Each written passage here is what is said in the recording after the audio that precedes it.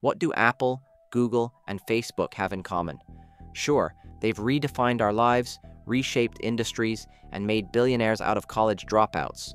But there's a secret ingredient behind their meteoric rise that few people truly understand: venture capital.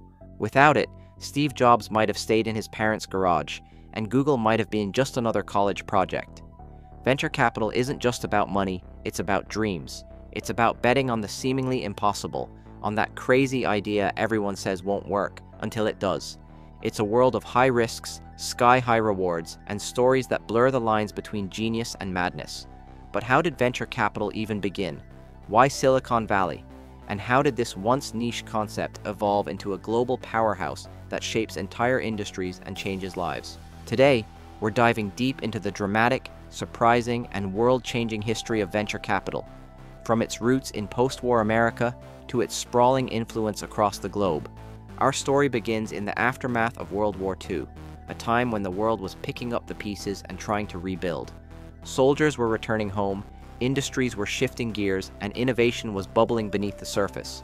But there was one problem: money, or more specifically, the lack of funding for big ideas. Traditional banks and financial institutions were the gatekeepers of capital, but they played it safe. If you didn't have hard assets, like property or inventory, you didn't stand a chance of getting a loan. But what about the dreamers, the inventors, the innovators with big ideas but empty pockets? They needed a new kind of financial backing, and that's where one man, a visionary named General Georges Doriot, enters the picture. Doriot wasn't your typical businessman. Born in France in 1899, he emigrated to the United States in the early 1920s to study at Harvard Business School, eventually becoming a professor there. Known for his sharp intellect and forward-thinking mindset, Doriot had a unique ability to see the potential in ideas that others dismissed. He believed the future belonged to those who could innovate, and he wanted to build a bridge between creative thinkers and financial resources. After serving in the U.S. Army during World War II, where he played a key role in logistics and operations, Doriot came back with a vision for America's future. He saw the war as proof that massive innovation, think radar, early computers, and even synthetic rubber, was possible when the right minds were given the right tools. But he also recognized that many of the minds behind these breakthroughs wouldn't get the support they needed in a risk-averse financial world. In 1946, with this vision in mind, Doriot helped establish the American Research and Development Corporation, ARDC. At the time, ARDC was a groundbreaking concept. It was one of the first organizations created specifically to invest in high-risk, high-reward ventures. Doriot wasn't interested in safe bets. He wanted to back the ideas that had the potential to change the world. His philosophy was simple but revolutionary: invest not in what exists, but in what could exist. In 1957, ARDC made a significant bet on a company called Digital Equipment Corporation, DEC.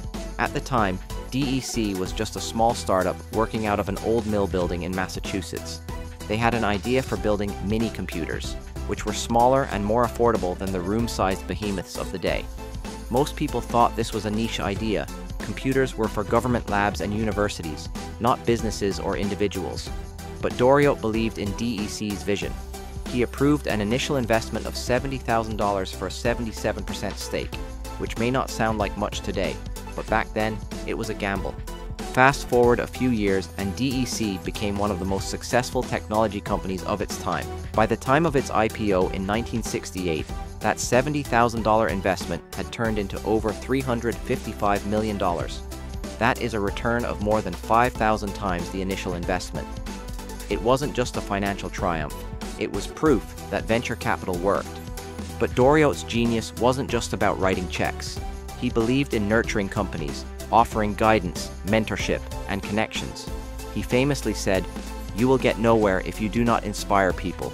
Doriot's approach to venture capital wasn't just transactional, it was personal. He saw himself as a mentor, a coach, and, in some ways, a father figure to the entrepreneurs he supported. ARDC's success didn't just validate the concept of venture capital, it inspired a new generation of investors. Soon, other firms began popping up, looking to replicate Doriot's success. What started as a niche experiment in Massachusetts was now gaining traction across the country. But the story of venture capital isn't just about financial returns. It's about what those returns made possible. Think of the countless technologies and innovations that might never have seen the light of day if not for someone willing to take a risk. The world we live in today, the computers we use, the medicines we rely on, the ways we communicate, all of it owes a debt to the spark that Georges Doriot lit in 1946. His vision laid the foundation for everything that came next. Without Doriot, there's no Silicon Valley, no unicorn startups, no venture-backed empires. And perhaps most importantly, without Doriot, the dreamers and risk-takers who dared to think differently might have been silenced before they ever had a chance to change the world. So, when you think about venture capital, remember, it didn't just start with money. It started with belief, the belief that an idea, no matter how small or risky, could grow into something extraordinary if someone was willing to take a chance. And that belief continues to fuel the industry today, nearly 80 years later. This spirit of belief and risk-taking didn't just shape individual companies, it transformed entire landscapes, including a quiet agricultural region that would become the epicenter of the tech revolution. It's hard to imagine today, but the Silicon Valley we know, the land of tech giants and venture capital empires, was once just farmland. Stretching across Northern California, this area was known as the Valley of Heart's Delight, famous for its orchards, apricots, and rolling hills. The transformation from fruit trees to microchips is a story of rebellion, innovation, and a bit of luck. The spark that lit the fire came in 1957, when a group of 8 brilliant yet frustrated engineers decided to take a stand. These men worked for William Shockley, a Nobel Prize-winning physicist and co-inventor of the transistor. Shockley had opened a semiconductor lab in Mountain View, California, with the ambitious goal of creating cutting-edge technology. But while his inventions were groundbreaking, his management style, not so much. Shockley's overbearing and erratic leadership pushed these engineers to their breaking point. And so, the traitorous 8 made a bold move. They quit. Together, they founded Fairchild Semiconductor, a company that would change everything. Fairchild wasn't just a business, it was a crucible of innovation. It developed the first commercially viable integrated circuit, the precursor to the microchips that power everything from smartphones to spacecraft today. Fairchild's success didn't just build a company, it birthed an entire ecosystem. Former employees of Fairchild went on to start their own companies, including names that are now legendary: Intel, AMD, and National Semiconductor.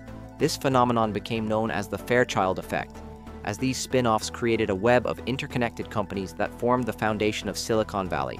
But why Silicon Valley? Why not Boston, New York, or Chicago? The answer lies in a perfect storm of factors. For one, California's laid-back culture encouraged risk-taking and unconventional thinking. The region also benefited from proximity to Stanford University, which became a breeding ground for engineers and entrepreneurs. And then, there was the rise of venture capital, a new form of financing that saw the potential in risky but groundbreaking ideas. One of the earliest venture capitalists to set up shop in Silicon Valley was Arthur Rock. He helped secure funding for Fairchild and later played a key role in funding companies like Intel and Apple. Rock and others like him saw the potential for technology to transform the world, and they were willing to bet big on that vision. The creation of Silicon Valley wasn't just about technology, it was about culture. The people here weren't afraid to fail. In fact, failure was often seen as a badge of honor, a sign that you were willing to take risks and learn from them. This ethos attracted dreamers and doers from around the world, turning the valley into a magnet for talent and ambition. By the late 1960s, the orchards of the valley were being replaced by labs and office parks. And by the 1970s, companies like Apple and Hewlett-Packard were starting to make waves. The seeds had been planted, and Silicon Valley was well on its way to becoming the tech capital of the world. But the story was just beginning. As the valley entered the 1980s, venture capital would enter its golden age. If the 1970s were about planting seeds, the 1980s were about watching them grow and sometimes explode in spectacular fashion. This was the decade when venture capital truly came into its own, fueled by the rise of personal computers, biotech breakthroughs, and a level of risk-taking that bordered on insanity. The stage was set by one of the most iconic moments in venture capital history, the rise of Apple. In 1976, Steve Wozniak had built a prototype for the Apple I computer, and Steve Jobs actively sought funding to commercialize it. Enter Mike Markkula, a former Intel executive who became Apple's first angel investor. Markkula invested $250,000, an astronomical sum for a couple of young guys with no business experience. But Markkula didn't just bring money, he brought mentorship, connections, and a belief in Jobs' vision. The gamble paid off, and Apple became a household name. But Apple was just the tip of the iceberg. The 1980s saw an explosion of new technologies and industries. The personal computer revolution was in full swing, with companies like Microsoft, IBM, and Compaq leading the charge. Venture capitalists played a pivotal role in funding these companies, often taking enormous risks on unproven founders and ideas. It wasn't just tech that was booming. The biotech industry was also taking off, thanks in part to the groundbreaking work of companies like Genentech. Founded in 1976, Genentech was the first company to commercialize genetic engineering, paving the way for life-saving drugs and treatments. In 1980, Genentech went public in one of the earliest and most notable biotech IPOs in history. The stock price soared from $35 per share to $88 within an hour of trading and closed the day at $71.25. The success of these companies turned venture capitalists into celebrities, at least within the business world. Firms like Kleiner Perkins, Sequoia Capital, and Accel Partners became synonymous with success as they backed one blockbuster company after another. These VCs weren't just financiers, they were kingmakers, deciding which ideas would shape the future. Of course, not every gamble paid off. The 1980s were also a time of spectacular failures. Venture capital was a high-risk, high-reward game, and for every Apple or Genentech, there were countless startups that crashed and burned. But that was the nature of the industry. Venture capitalists knew that a single home run could more than make up for a dozen strikeouts. What made the 1980s so special wasn't just the money, it was the energy. The decade was defined by a sense of possibility, a belief that anything was possible if you had the right idea and the courage to pursue it. Entrepreneurs and VCs alike were willing to take risks that would terrify most people, all in the name of progress. By the end of the 1980s, venture capital had established itself as a driving force in the economy. The industry had proven its ability to identify and nurture transformative ideas, and its influence was only growing. The seeds planted in this golden era would continue to bear fruit for decades to come, setting the stage for the tech boom of the 1990s and beyond. This momentum carried into the 1990s, a decade defined by unprecedented optimism and a technological revolution that would reshape the world. The 1990s were a time of incredible optimism. The Berlin Wall had fallen, the Cold War was over, and the world was entering a new era of peace and prosperity. And then came the internet, an invention so transformative it promised to connect the globe in ways humanity had never imagined. If the 1980s were about personal computers, the 1990s were all about the World Wide Web. The rise of the internet created a feeding frenzy among entrepreneurs and investors. Suddenly, it seemed like anyone with a domain name and an idea could start a company, and venture capitalists were ready to write checks at lightning speed. The logic was simple. If the internet was going to change everything, getting in early on a promising startup could mean astronomical returns. And there were plenty of promising startups. Companies like Yahoo, Amazon, and eBay were pioneers of the new digital age. They weren't just creating businesses, they were creating entirely new ways of shopping, searching, and communicating. Venture capital firms like Sequoia Capital, Accel Partners, and Kleiner Perkins were among the first to recognize the potential of these companies, and their early bets paid off handsomely. But as the internet hype grew, so did the irrationality. Suddenly, it seemed like everyone wanted a piece of the action, and companies were being valued at billions of dollars, despite having little to no revenue. Business plans became afterthoughts, replaced by buzzwords like synergy and eyeballs. If you could slap a .com on your company name, you could raise millions overnight. Take Pets.com, for example, a classic case of .com bubble mania. The company promised to revolutionize pet supply shopping with its online platform. Venture capitalists poured millions into Pets.com, and it even ran a memorable Super Bowl ad featuring a sock puppet mascot. But the company burned through its cash at an alarming rate, and by 2000 it went belly up, becoming one of the most infamous failures of the .com era. The bubble reached its peak in early 2000, and the signs of trouble were everywhere. The Nasdaq stock index, which was heavily weighted toward tech companies, skyrocketed to an all-time high. Startups with no revenue and sometimes no real product were valued in the billions. It seemed too good to be true, and it was. In March 2000, the bubble burst. Stock prices plummeted, startups folded, and investors lost billions.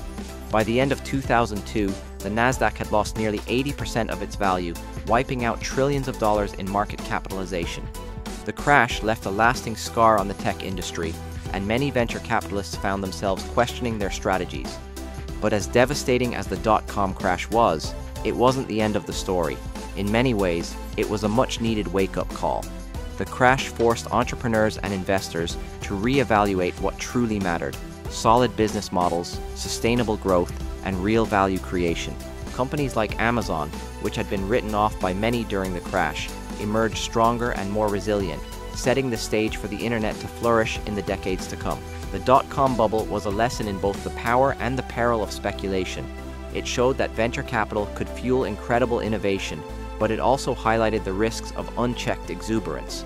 And as the dust settled, the industry began looking for new opportunities, this time beyond Silicon Valley. The collapse of the dot-com bubble marked the end of one era and the beginning of another. By the early 2000s, venture capital had matured. Investors were more cautious, startups were more disciplined, and the internet was no longer an unproven concept. It was a cornerstone of the global economy. But as Silicon Valley rebuilt itself, a new realization dawned. Innovation wasn't limited to California. The next big ideas could come from anywhere. This was the beginning of venture capital's globalization. The internet had connected the world, and so had the spirit of entrepreneurship. In cities like Beijing, Bangalore, and Tel Aviv, startup ecosystems were beginning to flourish, and venture capitalists were paying attention. One of the first countries to catch the attention of venture capitalists was China. In the late 1990s and early 2000s, China was undergoing a massive economic transformation. The country was opening up to the world. Chinese startups like Alibaba and Tencent began attracting the attention of Western investors. Alibaba, founded by Jack Ma in 1999, started as an online marketplace but quickly expanded into e-commerce, cloud computing, and more.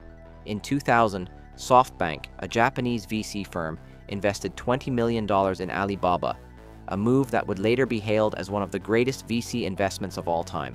When Alibaba went public in 2014, it became the largest IPO up until that point, making SoftBank billions in return.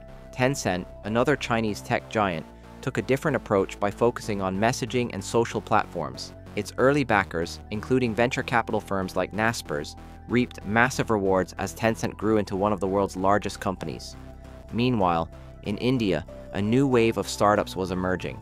Companies like Flipkart, Ola, and Paytm were creating digital solutions tailored to India's unique challenges, from e-commerce to transportation to digital payments.